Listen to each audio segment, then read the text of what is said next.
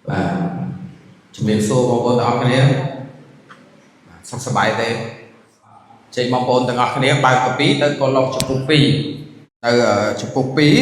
យើងរៀន5ខទេតើអានជាមួយគ្នាកន្លងចំពុក2ខ1ដល់ខ5ខ្ញុំចង់ឲ្យបងប្អូនជ្រាបថាខ្ញុំតយុទ្ធខ្លាំងក្លាយ៉ាងណាសម្រាប់បងប្អូន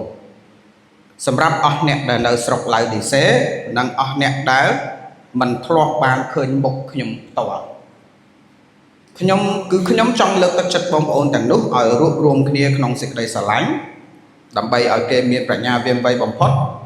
យល់សពគ្រប់ទាំងអស់និងស្គាល់ច្បាស់នៅគម្រោងការដ៏លាក់កំបាំងរបស់ព្រះជាម្ចាស់ពោលគឺព្រះគ្រីស្ទផ្ទាល់ត្បិតព្រះតម្រេះនិងព្រះប្រាជ្ញាញាណដ៏ខ្ពង់ខ្ពស់របស់ព្រះជាម្ចាស់សុទ្ធតែលាក់ទុកក្នុងអង្គព្រះគ្រីស្ទនឹងហើយខ្ញុំនិយាយដូច្នេះដើម្បីការពារកុំឲ្យនរណាម្នាក់អាចមកបញ្ឆោតបងប្អូន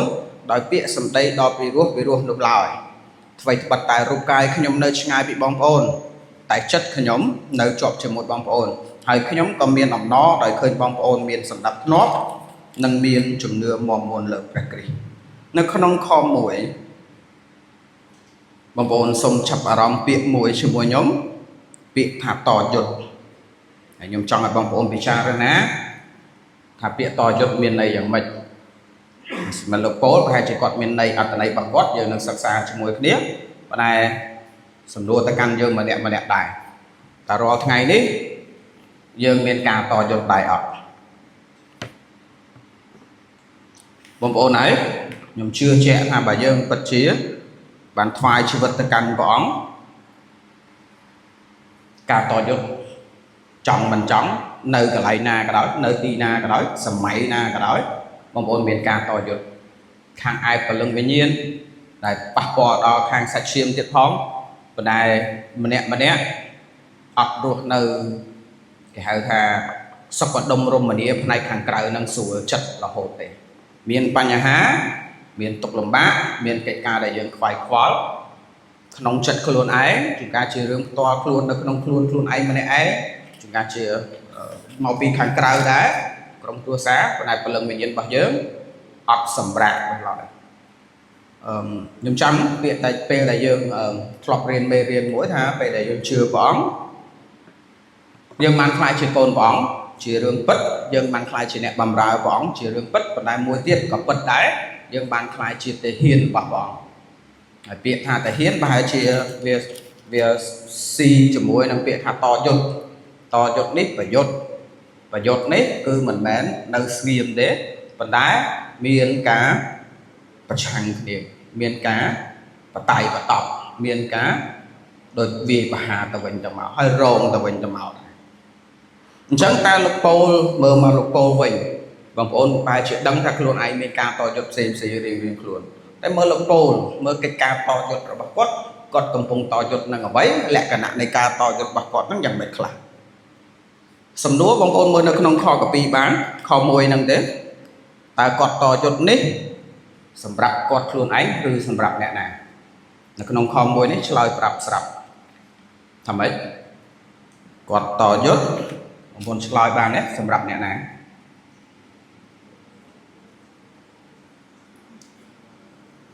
ទៅសុំម្នាក់លឺអត់លឺឆ្ងាយគាត់តយុទ្ធកំពុងតយុទ្ធសម្រាប់អ្នកណាសម្រាប់អ្នកជំនុំបងប្អូនគាត់ពាក្យប្រើពាក្យបងប្អូននៅក្រុងកន្លោះនិងនៅឡៅឌីសេគាត់តយុទ្ធសម្រាប់អ្នកដទៃពេលដែលយើងគិតពីការតយុទ្ធបំបញ្ញមិញមុននេះខ្ញុំគិតថាបងប្អូនដូចខ្ញុំដែរពេលឃើញពាក្យតយុទ្ធនឹងដំបងយើងគិតអំពីការតយុទ្ធរបស់ខ្លួនឯងនៅក្នុងជីវិតរបស់យើងតើមានទុក្ខលំបាកអីខ្លះក្នុងជីវិតរបស់យើងតើមានកិច្ចការអីខ្លះដែលតាក់ទាញយើងដែលព្យាយាមរារាំងយើងអត់ឲ្យចូលទៅកាន់ព្រះអង្គចិត្តស្និទ្ធហើយចេះតែប្រទាញបន្ទងគ្នានិស័យសាច់ឈាមជាមួយខាងឯបលឹងវិញ្ញាណមកពីព្រះអង្គចេះតែប្រទាញបន្ទងគ្នាតយុទ្ធយ៉ាងខ្លាំងពាក្យច្រើនមិនពាក្យច្រើនតែទាំងអស់គ្នាជួបប្រទះនៃការតយុទ្ធមួយនេះតែសម្រាប់ខ្លួនឯងតែការតយុទ្ធរបស់លោកពូលមិនមែនគាត់អត់មានការតយុទ្ធខ្លួនឯងទេក៏ប៉ុន្តែការតយុទ្ធមួយនេះ specifically ជាក់លាក់គឺសម្រាប់បងប្អូនអ្នកនៅក្រុងកូឡុប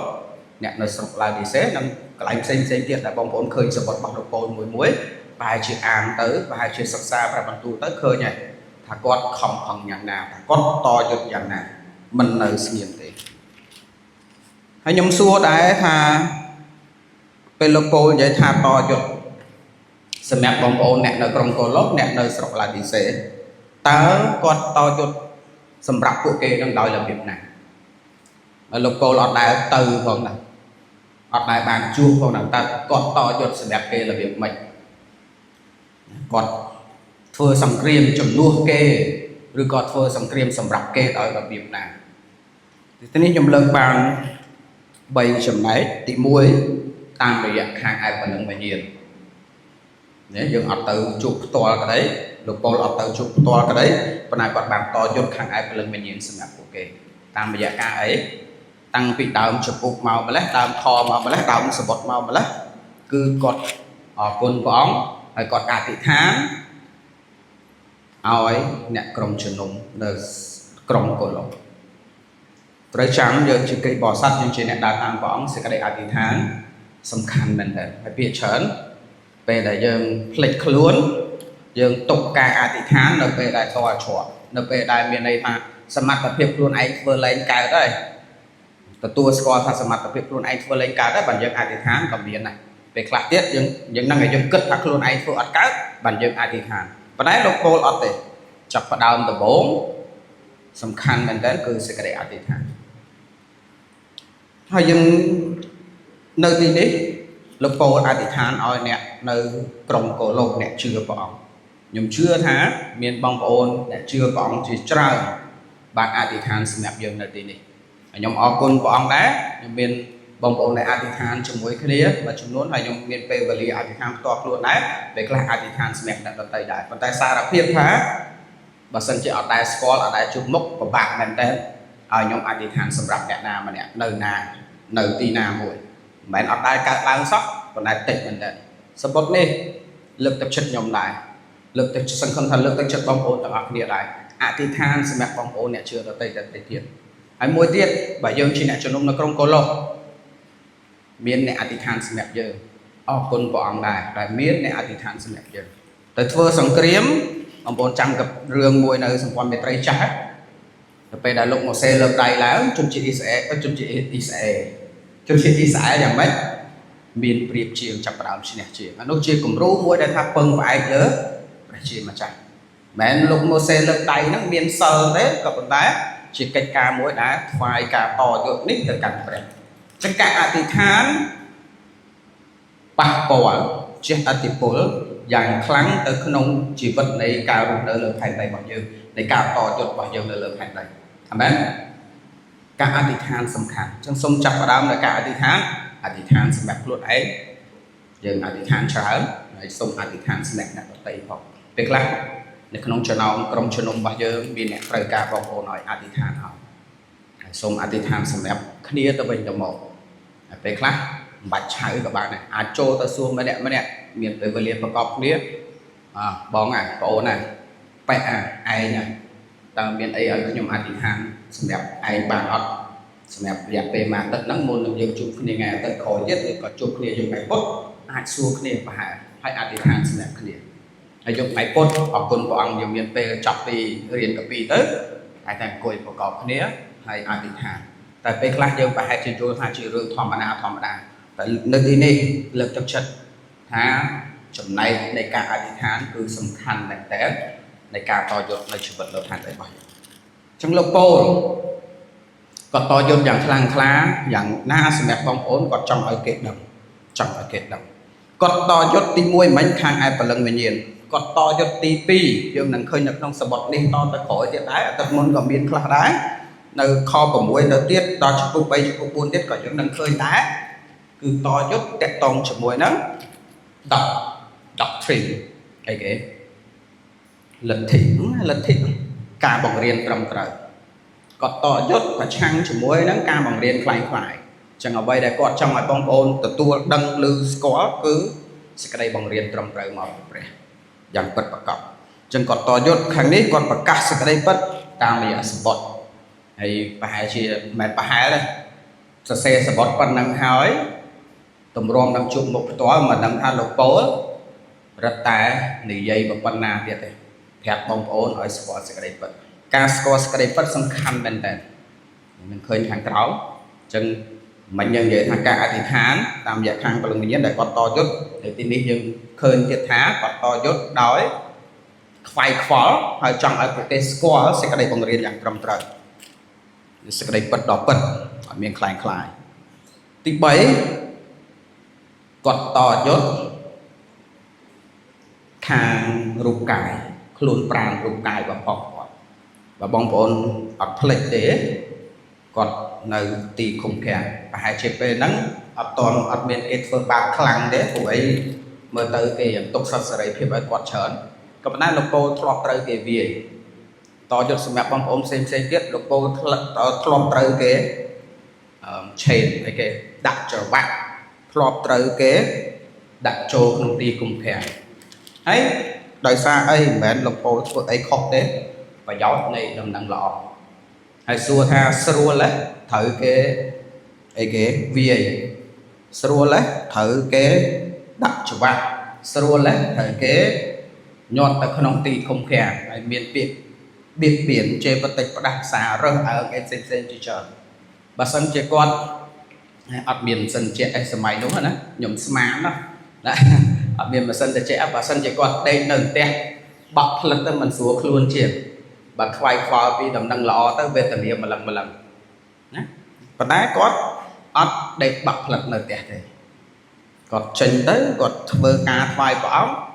មិនធំតែខ្លួនគាត់ដល់ណាគាត់ធ្វើនៅហ្នឹងឯងខ្លួនគាត់មិនតន់ទៅដល់គាត់ធ្វើដល់នៅទៀតតាំងខាងឯពលឹងវិញ្ញាណសរសេរសមុទ្រទៅឲ្យគេទៀតខ្ញុំឃើញពីសេចក្តីស្រឡាញ់នេះពីគំរូរបស់ផងព្រះគ្រីស្ទនៅក្នុងលោកពោលច្បាស់ចាស់សេចក្តីស្រឡាញ់ដែលគាត់មានមកពីព្រះអង្គមិនមែនគេងស្រឡាញ់ស្រួលទេនិយាយម្ដងទៀតថាមិនមែនដេកបក់ផ្លិតស្រឡាញ់ទេប៉ុន្តែជាសេចក្តីស្រឡាញ់ដែលខុសគាត់ត្រូវបានបង់ថ្លៃមិនគាត់ត្រូវបានបង់ថ្លៃគាត់បានភេគាត់បានបង់ថ្លៃដើម្បីស្រឡាញ់ហើយនេះគឺជាគំរូដែលព្រះគ្រីស្ទមានធ្វើសម្រាប់លោកពោលដែរពេលព្រះអង្គស្រឡាញ់លោកពោលពេលព្រះអង្គស្រឡាញ់យើងរាល់គ្នាមិនមែនស្រឡាញ់គេស្រឡាញ់ free ស្រួលទេប៉ុន្តែដើម្បីស្រឡាញ់យើងដើម្បីឲ្យមានសកម្មភាពនៃការស្រឡាញ់ដល់យើងទាំងអស់គ្នាព្រះអង្គត្រូវសគត់នៅលើឈើឆ្កាងព្រះអង្គត្រូវចុះមកលើផែនដីជាកន្លែងដែលគេមាក់ងាយព្រះអង្គខ្ពស់លើអស់ទាំងអស់ប៉ុន្តែចុះមកលះបង់តម្លៃជាច្រើនដើម្បីស្រឡាញ់យើងទាំងអស់គ្នាលោកពោលឃើញគំរូនោះហើយគំរូនៃសេចក្តីស្រឡាញ់របស់ព្រះអង្គហើយព្រះវិញ្ញាណបានធ្វើការនៅក្នុងជីវិតរបស់លោកពោលគាត់មានសេចក្តីស្រឡាញ់ដូចគ្នាមិនមែនមានន័យថាដើម្បីបង្ហាញក្តីស្រឡាញ់បងប្អូនត្រូវតែធ្វើខ្លួនឲ្យវេទនាក៏ប៉ុន្តែបើយើងមានក្តីស្រឡាញ់ពីផងព្រះអង្គតាមខ្ញុំស្មានប្រហែលជាពិបាកកិច្ចសេចក្តីទុកលំបាកណាហើយទុកលំបាកនេះមិនមែនលោកពោលខ្លួនឯងទៀតមិនមែនលំបាករឿងខ្លួនឯងរឿងរកស៊ីអត់បានជោគជ័យរឿងការមានគ្រួសារឲ្យមានសេចក្តីសុខសុភមង្គលអីជោគជ័យមិនមែនទេរឿងសម្រាប់អ្នកដទៃម្ដងទៀតគំរូរបស់ផងព្រះគ្រីស្ទដើម្បីយើងរាល់គ្នាជាសត្រូវព្រះអង្គជាដាក់ពីដើមដំបូងអស់តែព្រះអង្គស្រឡាញ់យើងតយុទ្ធសម្រាប់យើងរហូតដល់សគត់លើឈើឆ្កាងម្ដងទៀតនៅទីនេះថា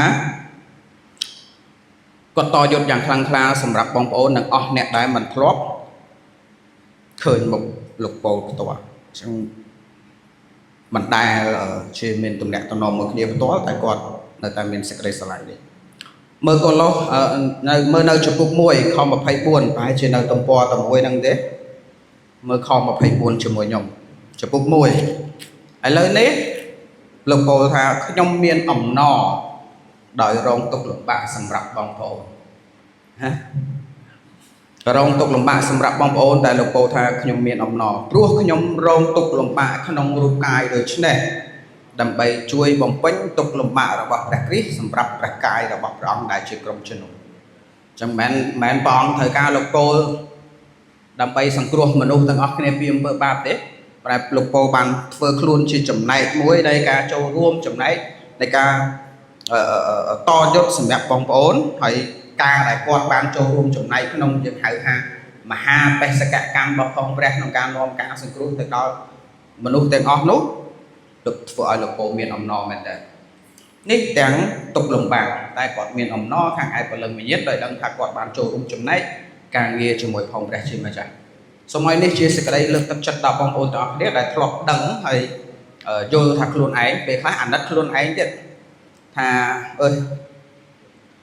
តយុទ្ធដើម្បីគេសោះពិបាកអីពិបាកម៉េះពេលខ្លះដើម្បីឲ្យអ្នកដទៃជឿព្រះអង្គសោះមិនបាច់ទៅពិបាកអីពេកឬមួយក៏អីប៉ុន្តែបងប្អូនដែលបានរងទុក្ខលំបាកដោយសារបម្រើព្រះអង្គប្រកបណាស់យើងធ្លាប់ជួបការលះបង់បងប្អូនដែលទៅពន្ធកិច្ចនានាក៏ឃើញដែរក៏ដឹងដែរមានបទពិសោធន៍តិចតួចខ្លះដែរហើយបងប្អូនអ្នកបម្រើព្រះអង្គផ្សេងទៀតយល់មានកម្រិតយល់ខុសគ្នាក៏ប៉ុន្តែម្នាក់អាចយល់បានថាពេលស្រឡាញ់ដោយព្រះអង្គស្រឡាញ់គឺត្រូវបង់ថ្លៃម្យ៉ាងលះបង់ខ្លួនឯងហើយបង់ថ្លៃមួយដែលពេលខ្លះរងការជឿចាប់ប៉ុន្តែសូមឲ្យសេចក្តីដែលលោកពោលនិយាយនៅក្នុងខ24នៃជំពូក1យើងរៀនសប្តាហ៍មុននេះលើកទឹកចិត្តយើងរាល់គ្នាសូមឲ្យយើងមានអំណរដោយសារយើងបានចូលរួមចំណែក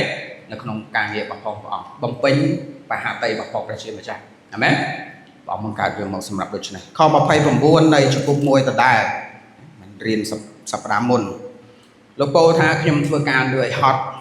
ដើម្បីសម្រេចគោលដៅនេះឯងគឺខំប្រឹងតយុទ្ធដោយប្រើមហិទ្ធិឫទ្ធិរបស់ព្រះអង្គប្រើកម្លាំងមកពីព្រះអង្គហើយគាត់និយាយថាមហិទ្ធិឫទ្ធិរបស់ព្រះអង្គដែលកំពុងតែមានសកម្មភាព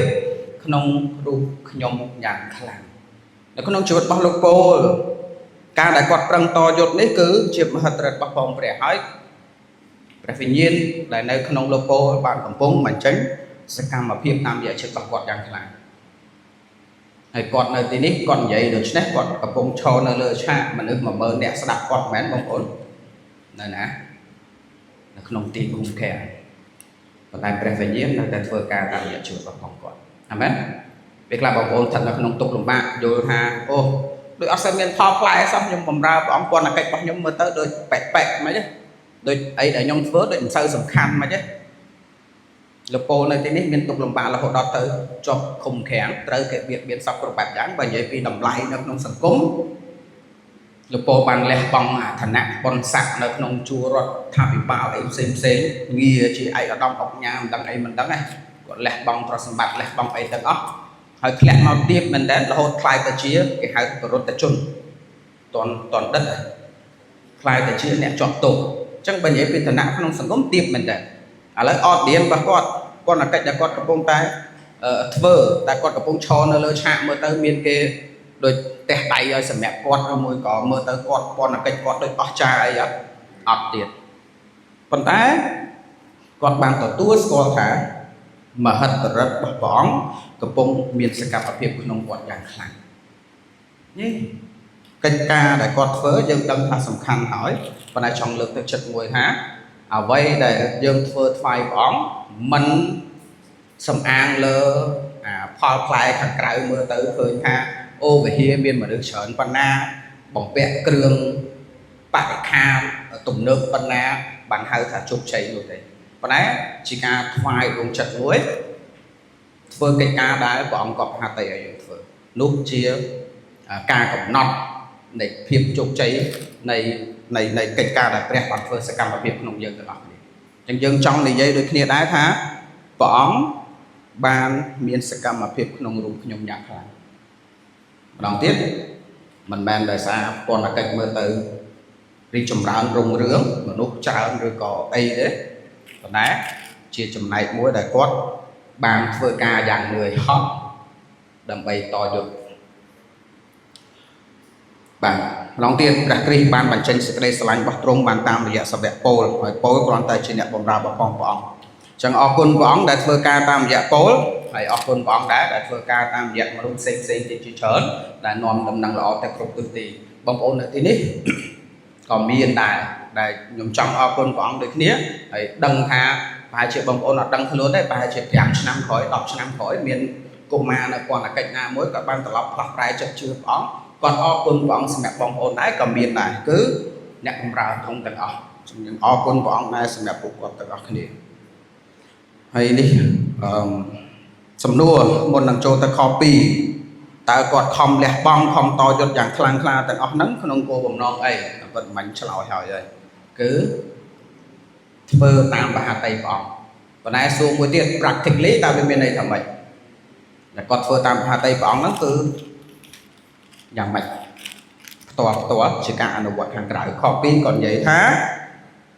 គឺគាត់ចង់លើកទឹកចិត្តបងប្អូនទាំងនោះកិច្ចការដែលគាត់រងទុក្ខវេទនាគឺចង់លើកទឹកចិត្តគេលើកទឹកចិត្តថាម៉េចខពីម្ដងនៅខពីដដែលទេឲ្យរួបរวมគ្នាក្នុងសេចក្តីស្រឡាញ់តាមរយៈសក្ខីភាពដែលគាត់ខាងសាច់ឈាមបានរកទុកលំបាកសម្រាប់ពួកគេសួរថាត្រូវសាច់ឈាមអីអត់ដែលស្គាល់គ្នាអត់សូម្បីតែនិយាយថាជាកូនខាងឯព្រលឹងវិញ្ញាណមិនមែនជាកូនខាងឯព្រលឹងវិញ្ញាណរបស់លោកពោលផងនេះគឺអ្នកដែលមិនដែលជួបគ្នាសោះប៉ុន្តែពួកគេជាអ្នកជឿចឹងលោកពោលបានបង្ហាញកិច្ចការមួយជាសេចក្តីពិតនៅក្នុងព្រះអង្គថាដោយគ្រួសារតែមួយចឹងគាត់ខ្វាយខ្វល់ពីពួកគេគាត់ខ្វាយខ្វល់ពីដោយបងប្អូនរួមជំនឿបាទខាងសាច់ឈាមគាត់តាមពិតទៅអ្នកដតីសពសាតែគាត់រងទុក្ខលំបាកនេះសម្រាប់ពួកគេហើយសង្ឃឹមថាកិច្ចការនេះដូចយើងនិយាយគ្នាមុននេះដែរលើកទឹកចិត្តពួកគេដែរលោកពោលបម្រើព្រះអង្គបើមានអ្នកជំនុំមួយនោះគេធ្លាប់បាក់ទឹកចិត្តថាដោយសារពន្ធកិច្ចមើលទៅមិនរីកចម្រើនហើយមានទុក្ខលំបាកច្រើនគេធ្លាប់បាក់ទឹកចិត្តថាប្រហែលជាគេកំពុងធ្វើអីមិនត្រឹមត្រូវមួយព្រះបានជាមានទុក្ខលំបាកអញ្ចឹងហើយលោកពោលបានលើកទឹកចិត្តពួកគេដូចនៅកន្លែងនេះដែរតាមរយៈកិច្ចការដែលគាត់រងទុក្ខលំបាកដើម្បីដំណឹងល្អលើកទឹកចិត្តពួកគេថាបម្រើដំណឹងល្អបម្រើព្រះអង្គមិនមែនមានន័យថាតែងតែស្រួលតែងតែជោគជ័យតែងតែចម្រុងចម្រើនដោយខាងផ្នែកសាច់ឈាមនោះឡើយបាទលោកពោលបានចង់លើកទឹកចិត្តពួកគេក្នុងការតយុទ្ធដ៏ខ្លាំងក្លារបស់គាត់នេះគឺឲ្យរួបរวมគ្នាក្នុងសេចក្តីស្រឡាញ់ដើម្បីឲ្យមានប្រាជ្ញាយល់ហើយនឹងស្គាល់ច្បាស់នៅគម្រោងការដ៏លាក់កំបាំងរបស់ព្រះជាម្ចាស់ពោលគឺព្រះគ្រីស្ទកិច្ចការដែលគាត់ចង់លើកទឹកចិត្តពួកគេមានផ្សេងច្រើនទៀតដែរក៏ប៉ុន្តែនៅទីនេះគាត់លើកឡើងពីឲ្យរួបរวมគ្នាក្នុងសេចក្តីស្រឡាញ់បាទលោកពោលបាននៅកន្លែងឆ្ងាយពីពួកគេតែមិនបាននៅក្បែរមិនដែលសូម្បីតែជួបប៉ុន្តែគាត់បានអនុវត្តការនេះរួចហើយគាត់អនុវត្តកិច្ចការអីគេគឺរួបរวมគ្នាជាមួយបងប្អូនអ្នកជំនុំនៅក្រុងកូឡូក្នុងសេចក្តីស្រឡាញ់មកពីផងព្រះអង្គណាមិនមែនខ្លួនឯងអញ្ចឹងអ្វីដែលគាត់ចង់លើកទឹកចិត្តពួកគេដែរគឺរួបរวมគ្នាក្នុងសេចក្តីស្រឡាញ់ហើយនៅក្នុងនេះមានដើម្បីក្នុងពាក្យកណ្ដាលខ2បងប្អូនមើលដើម្បីអីការដែលពួកគេអាចរួបរวมគ្នាក្នុងសេចក្តីស្រឡាញ់ដើម្បីឲ្យគេមានអីមានប្រាជ្ញាអាចយល់សពគ្រប់ទាំងអស់ហើយស្គាល់ច្បាស់នៅគម្រោងការដ៏លាក់កំបាំងរបស់ព្រះជាម្ចាស់ពោលគឺព្រះគ្រីស្ទតអញ្ចឹងប្រហែលជានិយាយម្យ៉ាងទៀតបានថាបងប្អូនយល់ស្របអត់អានទៅមើលឃើញអញ្ចឹងដូចគ្នាអត់ថាការរួបរวมគ្នាក្នុងសេចក្តីស្រឡាញ់នឹងនាំឲ្យយើងមានប្រាជ្ញាអាចស្គាល់នៅគម្រោងការលាក់កំបាំងរបស់ព្រះរឹតតែច្បាស់ថែមទៀតកាលណាយើងរួបរวมគ្នាក្នុងសេចក្តីស្រឡាញ់និយាយថាក្នុងក្រុមជំនុំយើងទៅចោះមិនទៅដល់ខាងក្រៅទេលោកពោលនិយាយនេះវាទីទៅដល់អ្នកដែលគាត់មិនទាន់ជួបទៀតក៏ប៉ុន្តែឥឡូវយើងនិយាយក្នុងក្រុមជំនុំបើសិនជាយើងរួបរวมគ្នាក្នុងសេចក្តីស្រឡាញ់របស់ផងព្រះបើតាមខ2នេះបើសិនជាលោកពោលនិយាយនេះពិតមានន័យថាយើងនឹងមានប្រាជ្ញាស្គាល់គម្រោងការរបស់ព្រះរឹតតែច្បាស់ថែមទៀតអាមែនខ្ញុំមិននិយាយថាក្រុមជំនុំរបស់យើងខ្វះក្តីស្រឡាញ់ទេ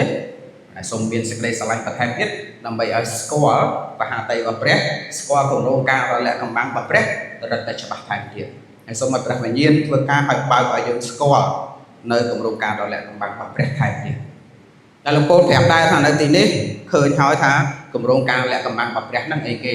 ពោលគឺព្រះគ្រីស្ទផ្ទាល់នេះជាគម្រោងការរលាក់កំបាំងរបស់ផងព្រះដែលមានមនុស្សជាច្រើនអត់ដឹងទេមូលហេតុនេះដែរទើបយើងដឹងថាអត់មានអ្នកណាម្នាក់អាចនិយាយថាខ្លួនស្គាល់ព្រះច្បាស់នោះឡើយបើសិនជាគាត់អត់បានចូលរួមចំណែកក្នុងក្រុមជំនុំមិនមែនកំពុងតែនិយាយថាអ្នកជឿព្រះអង្គត្រូវតែមានច្បាប់មួយទៅវិហារដាច់ខាតទៅក្រុមជំនុំដាច់ខាតក៏ប៉ុន្តែបើសិនជាអ្នកបានស្គាល់ព្រះមែន អ្នកនោះនឹងចង់ធ្វើជាប្រពោសម្រាប់អ្នកដទៃដែរអ្នកនោះនឹងខ្វាយខ្វល់ពីសុខទុក្ខពីជំនឿពីសុខភាពខាងឯព្រលឹងវិញ្ញាណបងប្អូនឯទៀតដែរហើយបើមិនចូលរួមចំណែកក្នុងក្រុមជំនុំទេស្គាល់ព្រះអង្គទៅសមាធិនៅលើភ្នំម្នាក់ឯងអានោះមិនសេចក្តីស្រឡាញ់ឲ្យការស្គាល់ព្រះអង្គដល់ពិតនោះទេត្បិតសេចក្តីស្រឡាញ់របស់ព្រះអង្គដល់ពិតនឹងនាំឲ្យយើងមានការស្រឡាញ់ទៅដល់បងប្អូនឯទៀតពាក្យថារួបរวมគ្នាមិនមែនម្នាក់ឯងទៅរួចទេមិនបាច់ត្រូវការរួបរวมទេបើតែម្នាក់ឯងតែមកពីមានគ្នាផ្សេងគ្នាតែយើងត្រូវការរួបរวมគ្នាក្នុងសេចក្តីស្រឡាញ់របស់ព្រះអង្គដើម្បីស្គាល់ព្រះអង្គបន្ថែមទៀតម្ដងទៀតมันអាចនិយាយបានថាខ្លួនស្គាល់ព្រះជាម្ចាស់ច្បាស់នោះឡើយបើសិនមិនចូលរួមចំណែកក្នុងក្រុមជំនុំមិនចូលរួមចំណែកក្នុងព្រះកាយរបស់ព្រះអង្គបាទដោយសារតែក្រុមជំនុំជាព្រះកាយរបស់ព្រះអញ្ចឹងបើស្គាល់ព្រះច្បាស់យើងជាចំណែកនៃព្រះកាយរបស់ព្រះហើយនៅអេផេសូតជំពូក2ខ22បងប្អូនមិនបាច់បើកទេតែខ្ញុំអានជូនអេផេសូតជំពូក2ខ22យើងទៅបញ្ចប់អេផេសូតថ្មីដែររាបងប្អូនក៏ដូច្នោះដែរហើយបងប្អូនរួមជាមួយព្រះអង្គបងប្អូនបានគុំគ្នាឡើងធ្វើជាព្រះដំណាក់របស់ព្រះជាម្ចាស់ក្នុងព្រះវិញ្ញាណខ្ញុំអានជូនម្ដងទៀតរាបងប្អូនវិញក៏ដូច្នោះដែរដោយបងប្អូនរួមជាមួយព្រះអង្គបងប្អូនបានគុំគ្នាឡើងធ្វើជាព្រះដំណាក់របស់ព្រះជាម្ចាស់ក្នុងព្រះវិញ្ញាណតន័យគឺកាលណាយើងរួមជាមួយព្រះអង្គយើងជាចំណែកមួយនៃបើយើងនិយាយថាអាគារចុះជាចំណែកឥតខ្យល់ឥតប្រហោងឥតយើងហ្នឹងជាចំណែកមួយនៃអាគារមួយយើងជាចំណែកមួយនៃព្រះកាយរបស់ព្រះអញ្ចឹងត្រូវការ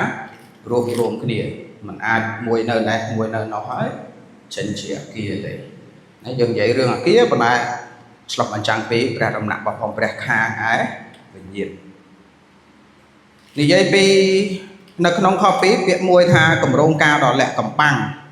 នៅក្នុងករិនថូសខ្សែទី1ចំពោះ2ខ7បានប្រាប់ថាជាគម្រោងការដែលបានព្រះបានបង្កប់តាំងពីមុនកំណត់ពិភពលោកម្លេះថានឹងប្រទានសេរីរុងរឿងមកយើងហើយគម្រោងការដ៏លាក់កំបាំងនោះគឺព្រះគ្រីស្ទផ្ទាល់ដែលយើងអានមិញនៅក្នុងខ2តាមរយៈព្រះគ្រីស្ទបើនិយាយពីបងប្អូននៅក្រុមជំនុំក្រុងករិនថូសមិនសូវខុសគ្នាពីក្រុមជំនុំនៅកន្លែងផ្សេងទេ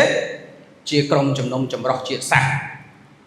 ហើយមានទាំងសាសអ៊ីស្រាអែលសាសយូដានិងសាសដតីទៀតជាច្រើនលោកប៉ូលផ្ទាល់ត្រូវបានព្រះត្រាស់ហៅឲ្យផ្សាយដំណឹងល្អទៅកាន់សាសដតីច្រើនមែនតើមិនមែនមានន័យថាអ្នកណាអ៊ីស្រាអែលឬយូដាលោកប៉ូលអត់ផ្សាយដំណឹងល្អប្រាប់ទេក៏ប៉ុន្តែការត្រាស់ហៅជាក់លាក់មួយដែលលោកប៉ូលមានមកពីព្រះគឺនាំដំណឹងល្អទៅកាន់សាសដតីទាំងអស់កន្លែងនេះសំខាន់ផងថា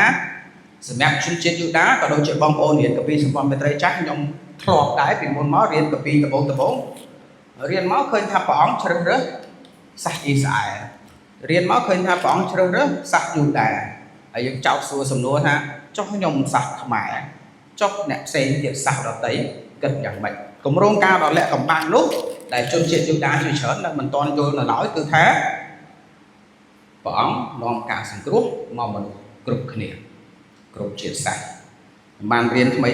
ជាមួយបងប្អូនអ្នកបម្រើនៅក្រុមជំនុំព្រះគុណតែពេលទៅដើរលេងមួយគ្នានៅអេផេសូតចំពុក1ដែលមានខ1នោះលើកឡើងថា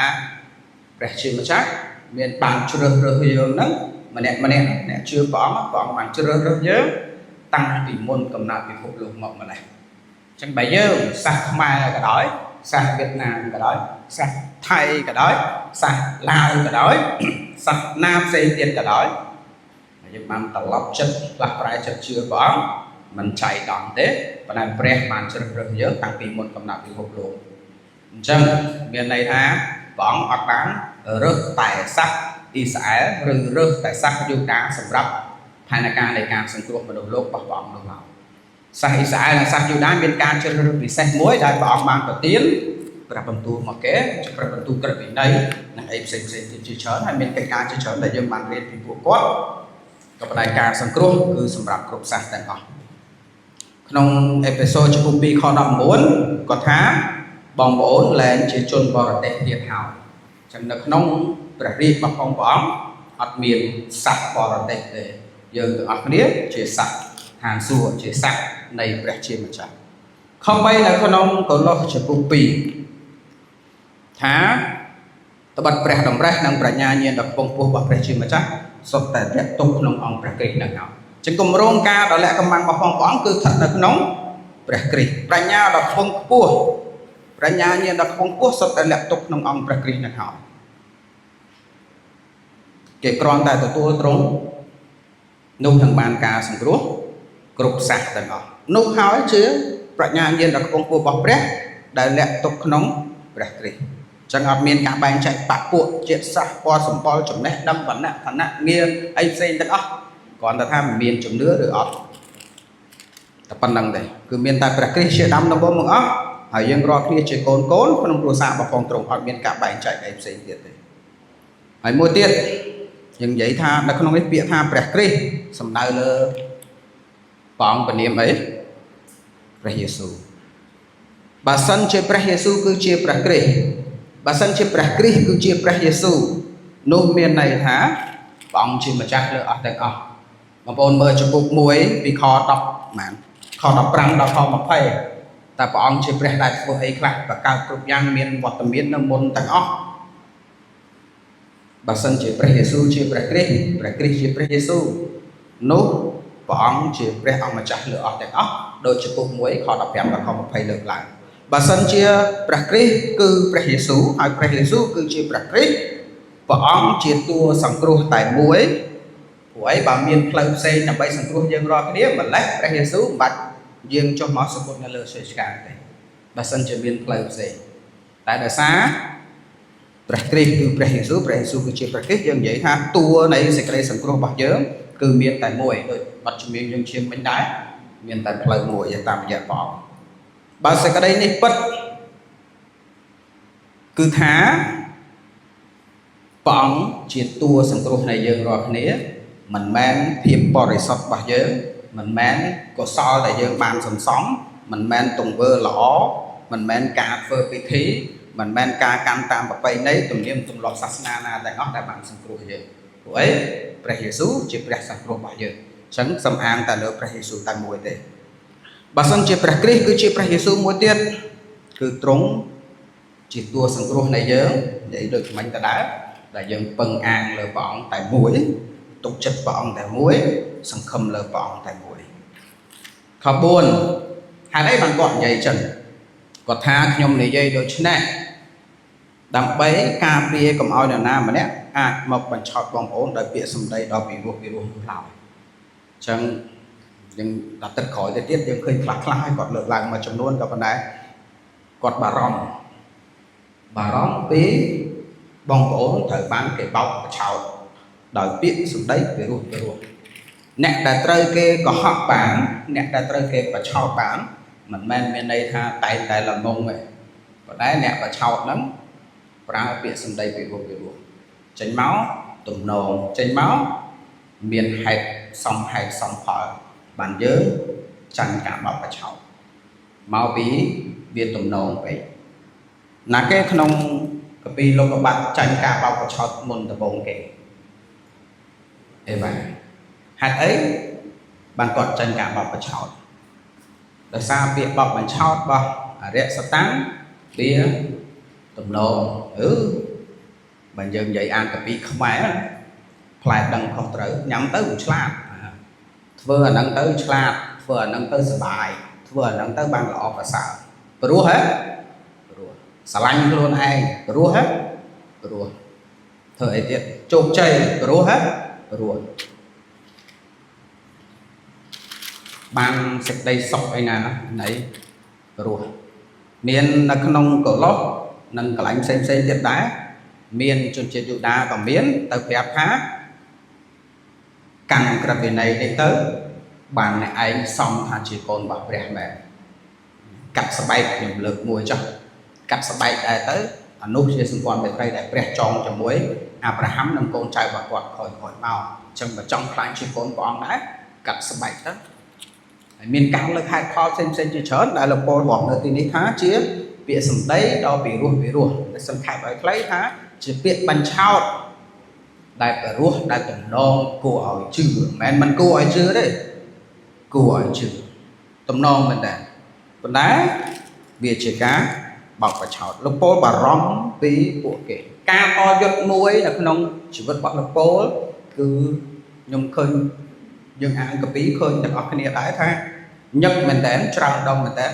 គឺការពារដំណឹងល្អដល់ពិតហើយពេលការពារដំណឹងល្អដល់ពិតគឺត្រូវប្រាប់ឲ្យបងប្អូនដឹងដែរថាមានដំណឹងល្អមិនពិតមានការជឿដែលមិនត្រឹមត្រូវមានការដូចយើងនិយាយថ្វាយបង្គំព្រះអង្គ